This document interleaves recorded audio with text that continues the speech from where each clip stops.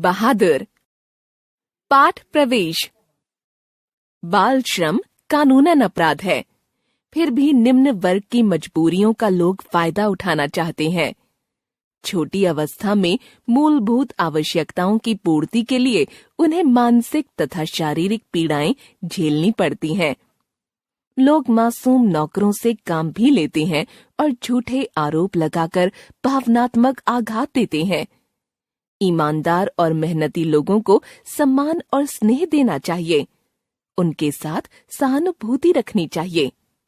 सहसा मैं काफी गंभीर हो गया था, जैसा कि उस व्यक्ति को हो जाना चाहिए जिस पर एक भारी दायित्व आ गया हो। मेरे सामने खड़ा था ठिगना, गोरे रंग का 12-13 वर्ष की उम्र का लड़का। खाकी नेकर और सफेद कमीज पहने था। उसे मेरे साले साहब लेकर आए थे। निर्मला चमकती दृष्टि से कभी लड़के को देखती, कभी मुझको और कभी अपने भाई को। नौकर रखना कई कारणों से बहुत जरूरी हो गया था। मेरे सभी भाई और रिश्तेदार अच्छे ओहदों पर थे और उन सभी के यहां नौकर थे। मैं जब बहन की शादी में घर गया तो वहां नौकर का सुख देखा था, और फिर निर्मला की तबीयत भी अक्सर खराब हो जाया करती थी। तुम्हारा नाम क्या है जी? मैंने पूछा। दिल बहादुर साहब। उसके स्वर में मीठी झंझनाहट थी। मैंने उसे कुछ हिदायतें दी कि इस घर को अपना घर समझे। अगर यहां रह गया तो ढंग शऊर सीख जाएगा, घर के लड़कों की तरह पढ़ लिख जाएगा और जिंदगी सुधर जाएगी। बहादुर बहुत ही हंसमुख और मेहनती निकला।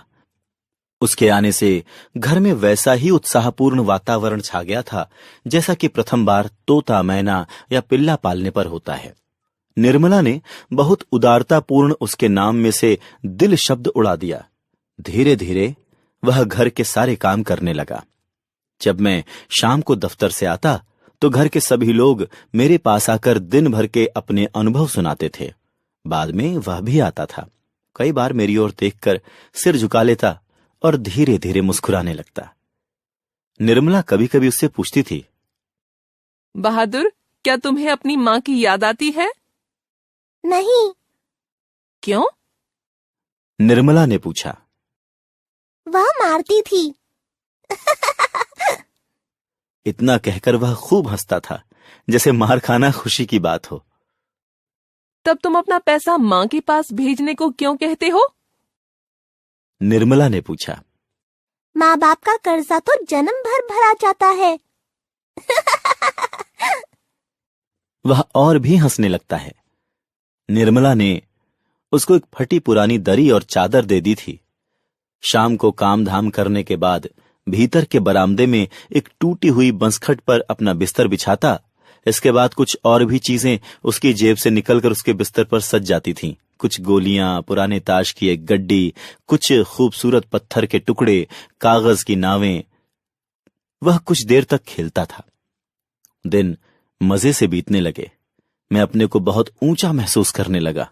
निस्संदेह बहादुर की वजह से सबको आराम मिल रहा था। घर खूब साफ और चिकना रहता, कपड़े चमाचम सफेद। किसी को मामूली काम करना होता तो वह बहादुर को आवाज देता, बहादुर, एक गिलास पानी। बहादुर, पेंसिल नीचे गिरी है, उठा। इसी तरह की फरमाइशें। मेरा बड़ा लड़का किशोर काफी शान शौकत और रौब दाब से रहने का कायल था, और उसने बहादुर को अपने कड़े अनुशासन में रखने की आवश्यकता महसूस कर ली थी। फलतः उसने अपने सभी काम बहादुर को सौंप दिए। सवेरे उसके जूते पर पॉलिश लगनी चाहिए। कॉलेज जाने से पहले साइकिल की सफाई जरूरी थी। उसकी फरमाइशों में यदि कोई गड़बड़ी हो जाती तो किशोर उस पर हाथ छोड़ देता। रोज ही कोई ना कोई ऐसी बात होने लगी जिसकी रिपोर्ट पत्नी मुझे देती। किशोर को मना किया पर वह नहीं माना, तो मैंने यह सोचकर छोड़ दिया कि थोड़ा बहुत तो चलता ही रहता है। लेकिन कुछ दिनों बाद एक और गड़बड़ी शुरू हुई। निर्मला को मोहल्ले की किसी औरत ने यह सिखा दिया कि परिवार के लिए रोटियां बनाने के बाद वह बहादुर से कहे कि वह अपनी रोटी खुद बना लिया करे, नहीं तो नौकर चाकर की आदत खराब हो जाती है। यह बात निर्मला को जंच गई थी और रात में उसने ऐसा ही प्रयोग किया। वह अपनी रोटियां बनाकर चौके में से उठ गई। बहादुर का मुंह उतर गया। वह चूल्हे के पास सिर झुकाकर चुपचाप खड़ा रहा। पर उसने अपने लिए रोटी नहीं बनाई। रात भर वह भूखा ही रहा, पर सवेरे उठकर वह पहले की तरह ही हंसने लगा। उसने अंगीठी जलाकर अपने लिए रोटियां सेकीं। अपनी बनाई मोटी और भद्दी रोटी को देखकर वह खिलखिलाने लगा। फिर रात की बची हुई सब्जी से उसने खाना खा लिया। लेकिन निर्मला का हाथ खुल गया। बहादुर से कोई भी गलती होती तो वह उस पर हाथ चला देती। उसको मारने वाले अब घर में 2 व्यक्ति हो गए थे और कभी कभी एक गलती के लिए उसको दोनों मारते। मैं कभी कभी इसको रोकना चाहता, फिर यह सोचकर चुप लगा जाता कि नौकर चाकर तो मारपीट खाते ही रहते हैं। बरसात बीत गई थी। आकाश दर्पण की तरह स्वच्छ दिखाई देता। मैंने बहादुर की मां के पास चिट्ठी लिखी थी कि तनख्वाह के पैसे भेज दिया करूंगा, पर वहां से कोई जवाब नहीं आया। फिर मैंने बहादुर से कह दिया था कि उसका पैसा मेरे पास जमा रहेगा, जब घर जाएगा तो लेता जाएगा। एक दिन रविवार को मेरी पत्नी के रिश्तेदार आए। अचानक रिश्तेदार की पत्नी बोली, मैंने रिक्शे वाले को पैसे देने के बाद यहाँ 11 रुपये रखे थे, पता नहीं मिल नहीं रहे। जरा इससे पूछिए ना। इधर आया था, फिर तेजी से बाहर चला गया। अरे नहीं, वह ऐसा नहीं है। मैंने बहादुर की ओर तिरछी दृष्टि से देखा। वह सिर झुकाकर आटा गूंथ रहा था। उसके चेहरे पर संतुष्टि एवं प्रफुल्लता थी। तुमने यहां से रुपए उठाए थे? मैंने कड़े स्वर में पूछा। मैंने नहीं लिया बाबूजी। बहादुर का मुंह काला पड़ गया। पता नहीं मुझे क्या हो गया था। मैंने सहसा उछलकर उसके गाल पर एक तमाचा जड़ दिया। मैं आशा कर रहा था कि ऐसा करने से वह बता देगा। तमाचा खाकर वह गिरते गिरते बचा। उसकी आंखों से आंसू गिरने लगे। मैंने नहीं लिया। वह सुबकता हुआ बोला। इसी समय रिश्तेदार साहब ने एक अजीब हरकत की। अच्छा छोड़िए, इसे पुलिस के पास ले जाता हूं। इतना कहकर वे बहादुर का हाथ घसीटते हुए दरवाजे के बाहर ले गए। देखो, तुम मुझे बता दो, मैं कुछ नहीं करूंगा, बल्कि तुम्हें इनाम में 2 रुपए दे दूंगा। इसके बाद निर्मला ने भी उसको डराया, धमकाया और 2-4 तमाचे जड़ दिए, पर वह नहीं करता रहा। इस घटना के बाद बहादुर काफी डांट फटकार खाने लगा। किशोर तो जैसे उसकी जान के पीछे पड़ गया था। वह उदास रहने लगा और काम में लापरवाही करने लगा था। एक दिन मैं दफ्तर से विलंब से आया। निर्मला आंगन में चुपचाप सिर पर हाथ रखकर बैठी थी। आंगन गंदा पड़ा था। बर्तन बिना मंजे मले हुए पड़े थे। बहादुर भाग गया।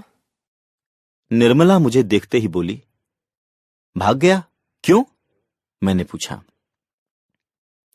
पता नहीं, आज तो कुछ हुआ भी नहीं था। वह सिलबट्टा लेकर बरामदे में रखने जा रहा था कि सिल हाथ से टूटकर गिर गई और 2 टुकड़े हो गई। शायद इसी डर से भाग गया कि सब मारेंगे। निर्मला ने बताया। कुछ ले गया? मैंने पूछा। यही तो अफसोस है, कोई अपना भी सामान नहीं ले गया है। उसके कपड़े, उसका बिस्तर, उसके जूते सभी छोड़ गया। निर्मला बोली। और वे 11 रुपए? मैंने पूछा। अरे वह सब झूठ है। मैं तो पहले से ही जानती थी कि वे लोग बच्चे को कुछ देना नहीं चाहते, इसलिए अपनी गलती और लाज छिपाने के लिए यह प्रपंच रच रहे थे। उन लोगों को क्या मैं जानती नहीं? कभी उनके रुपये रास्ते में गुम हो जाते हैं तो कभी घर में छूट जाते हैं। किशोर को भी बड़ा अफसोस है। उसने सारा शहर छान मारा, वह नहीं मिला। किशोर कहने लगा। अम्मा, एक बार भी अगर बहादुर आ जाता तो मैं उसको पकड़ लेता और कभी जाने न देता। उससे माफी मांग लेता और कभी नहीं मारता। निर्मला आंखों पर आंचल रखकर रोने लगी। सच, अब ऐसा नौकर कभी नहीं मिलेगा। मुझे एक अजीब सी लघुता का अनुभव हो रहा था। यदि मैं न मारता तो शायद वह न जाता।